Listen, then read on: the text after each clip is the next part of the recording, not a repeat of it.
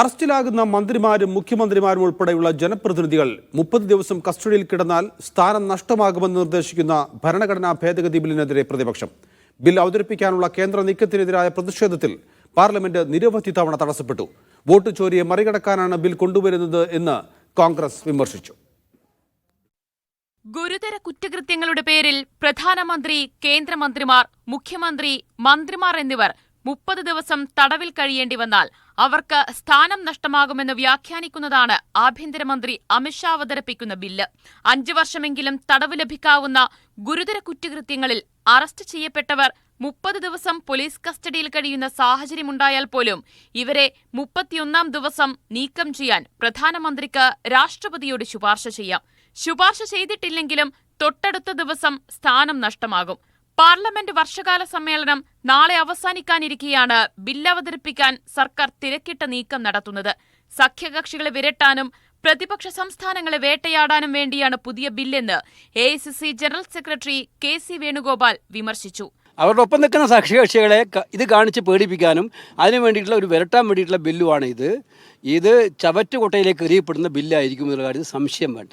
ഒരു സൂചനയുമില്ലാതെ കൊണ്ടുവരുന്ന ബില്ല് ദൂരവ്യാപക പ്രത്യാഘാതങ്ങൾ ഉണ്ടാക്കുമെന്ന് P. Santhosh Kumar MP media വണിനോട് പറഞ്ഞു. അതിഭീകരമായ ബില്ലുകളാണ് ഈ കൊണ്ടുവന്നിരിക്കുന്നത്. യഥാർത്ഥത്തിൽ ഇത് നമ്മുടെ ഫെഡറൽ സംവിധാനത്തെ തകർക്കുമെന്ന് മാത്രമല്ല, മിക്കവാറും പ്രാദേശിക രാഷ്ട്രീയ പ്രസ്ഥാനങ്ങളെ എല്ലാം ഇല്ലായ്മ ചെയ്യാൻ വളരെ ഒരു ദൂരവ്യാപകമായിരിക്കുന്ന ഒട്ടേറെ പ്രത്യാഘാതങ്ങൾ ഉണ്ടാക്കുന്ന ഒരു ബില്ലാണ്. ഭരണഘടനാപരമായി സാധുതയില്ലാത്ത ഭേദഗതിയാണെന്ന് മുസ്ലിം ലീഗ് നേതാവ് അഡ്വക്കേറ്റ് ഹാരിസ് ബീരാൻ MP പറഞ്ഞു. ഇപ്പൊ ഈ പുതിയ നിയമപ്രകാരം കുറ്റാരോപിതനായാൽ മാത്രം മതി നിങ്ങൾ കുറ്റക്കാരനാക്കി കണക്കാക്കിയിട്ട് നിങ്ങളിപ്പോ മന്ത്രിയാണെങ്കിലോ മുഖ്യമന്ത്രി ആണെങ്കിലോ നിങ്ങളെ മാറ്റാനുള്ള ഒരു അധികാരം കൊടുക്കുകയാണ് ചെയ്യുന്നത്.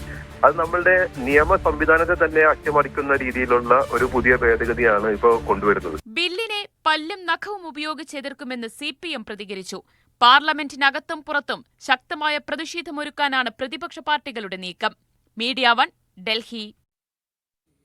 ധനസുമോദുണ്ട് വിവരങ്ങൾ നൽകാൻ. സുമോദ്, പൊടുന്നനെ ഒരു ബില്ല് വരുന്നു. ആ ബില്ലാണെങ്കിൽ ഒരുപാട് ചർച്ചകൾ നടത്തേണ്ട ഒരു ബില്ലാണ്. അങ്ങനെയുള്ളൊരു ബില്ല് പൊടുന്നനെ പാർലമെന്റിൽ വരികയും അത് പാസ്സാക്കിയെടുക്കാനുള്ള ശ്രമങ്ങൾ നടക്കുകയും ചെയ്യുന്നു. പക്ഷേ ഇതൊരു ഭരണഘടനാ ഭേദഗതിയാണ്, 3/2 ഭൂരിപക്ഷമൊക്കെ വേണ്ടതുമാണ്. എന്താണ് ഭരണപക്ഷം ഉദ്ദേശിക്കുന്നത്? പ്രതിപക്ഷം എങ്ങനെയാണ് ഇതിനെ നേരിടാൻ ഉദ്ദേശിക്കുന്നത്?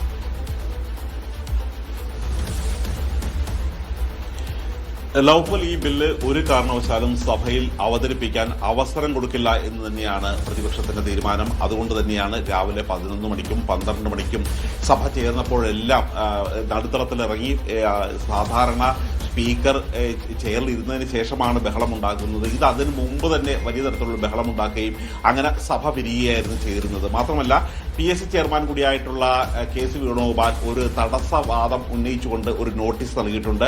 ഇക്കാര്യത്തിൽ പ്രതിപക്ഷത്തിന് പറയുന്നത് കേൾക്കാതെ ബില്ല് അവതരിപ്പിക്കാൻ പാടില്ല എന്നുള്ളൊരു കാര്യമാണ് സ്പീക്കറോട് പറഞ്ഞിരിക്കുന്നത്. കാരണം ഈ തരത്തിലുള്ള ഒരു കുറ്റ ആരോപിതരായാൽ തന്നെ അവർ ജയിലിൽ കിടക്കുകയാണെങ്കിൽ 30 ദിവസം അവർ ജയിലിൽ കിടക്കുകയാണെങ്കിൽ അവരുടെ സ്ഥാനം നഷ്ടമാകുകയാണ്. ഇത് ഈ പ്രതിപക്ഷ പാർട്ടികൾ അധികാരത്തിലുള്ള സംസ്ഥാനങ്ങളെ നിയന്ത്രിക്കാൻ വേണ്ടിയുള്ള ഒരു ബില്ലാണ് ഇത് കൊണ്ടുവരുന്നത് എന്നുള്ള കാര്യമാണ് പറയുന്നത്. കാര്യം നമുക്ക് നേരത്തെ അറിയാവുന്നതാണ്. അരവിന്ദ് കെജ്രിവാൾ 5 മാസമാണ് ജയിലിൽ കിടന്നത്. അതിനു മുമ്പ് ഹേമന്ത് സോറൻ ജയിലിലുണ്ടായിരുന്നു. തമിഴ്നാട്ടിലെ മന്ത്രി ബാലാജി ജയിലിലുണ്ടായിരുന്നു. ഈ ബാലാജി ഉൾപ്പെടെയുള്ളവർ ജയിലിൽ കിടക്കുമ്പോൾ അവരുടെ വകുപ്പെടുത്ത് മാറ്റിയിട്ട് അവരെ മന്ത്രിയായി തുടരാൻ അനുവദിക്കുകയായിരുന്നു ചെയ്തത്. അതേസമയം അരവിന്ദ് കെജ്രിവാൾ ആവട്ടെ, അദ്ദേഹം ജയിലിൽ കിടന്ന സമയത്തെല്ലാം അദ്ദേഹം മുഖ്യമന്ത്രിയായിട്ട് തന്നെയായിരുന്നു തുടരുന്നത്. ഈ തരത്തിൽ ഒരു പ്രതിപക്ഷത്തിന്റെ ഈ പ്രതിപക്ഷ നേതാക്കന്മാർ പലരും മുഖ്യമന്ത്രിയായിരിക്കുന്ന സ്ഥലങ്ങളിൽ കൂടുതൽ കടിഞ്ഞാനിട്ട് അവരെ ഒരു പിടിക്കാനും ആ തരത്തിലുള്ള ഒരു ഭരണ നിയന്ത്രണം നടത്താനുള്ള ഒരു ബില്ലാണ് എന്നുള്ളൊരു കാര്യമാണ് ചൂണ്ടിക്കാണിച്ചിരിക്കുന്നത്. ഇത് കേവലം ഈ ഭരണഘടനാ ഭേദഗതിക്ക് ഉപരിയായിട്ട് ഒരു 3 ഭേദഗതി വരണം. 1 സംസ്ഥാനങ്ങൾ മൊത്തം ബാധകമാക്കുന്ന രീതിയിൽ വരണം, 2 കേന്ദ്രഭരണ പ്രദേശങ്ങൾക്ക് ബാധകമാക്കുന്ന രീതിയിൽ വരണം, 3 ജമ്മു കാശ്മീർ സംസ്ഥാന പുനഃസംഘടന ബില്ലിൽ അതിൽ ഒരു ഭേദഗതി കൂടി കൊണ്ടുവരണം. അങ്ങനെ വലിയ തരത്തിലുള്ള ഒരു ചർച്ചകൾക്കും വേണ്ടി വരുന്ന ഒരു ബില്ല് തന്നെയാണ്. ഇത് JPCക്ക് വിടും എന്നാണ് കാര്യമാണ് അറിയിച്ചിരിക്കുന്നത്.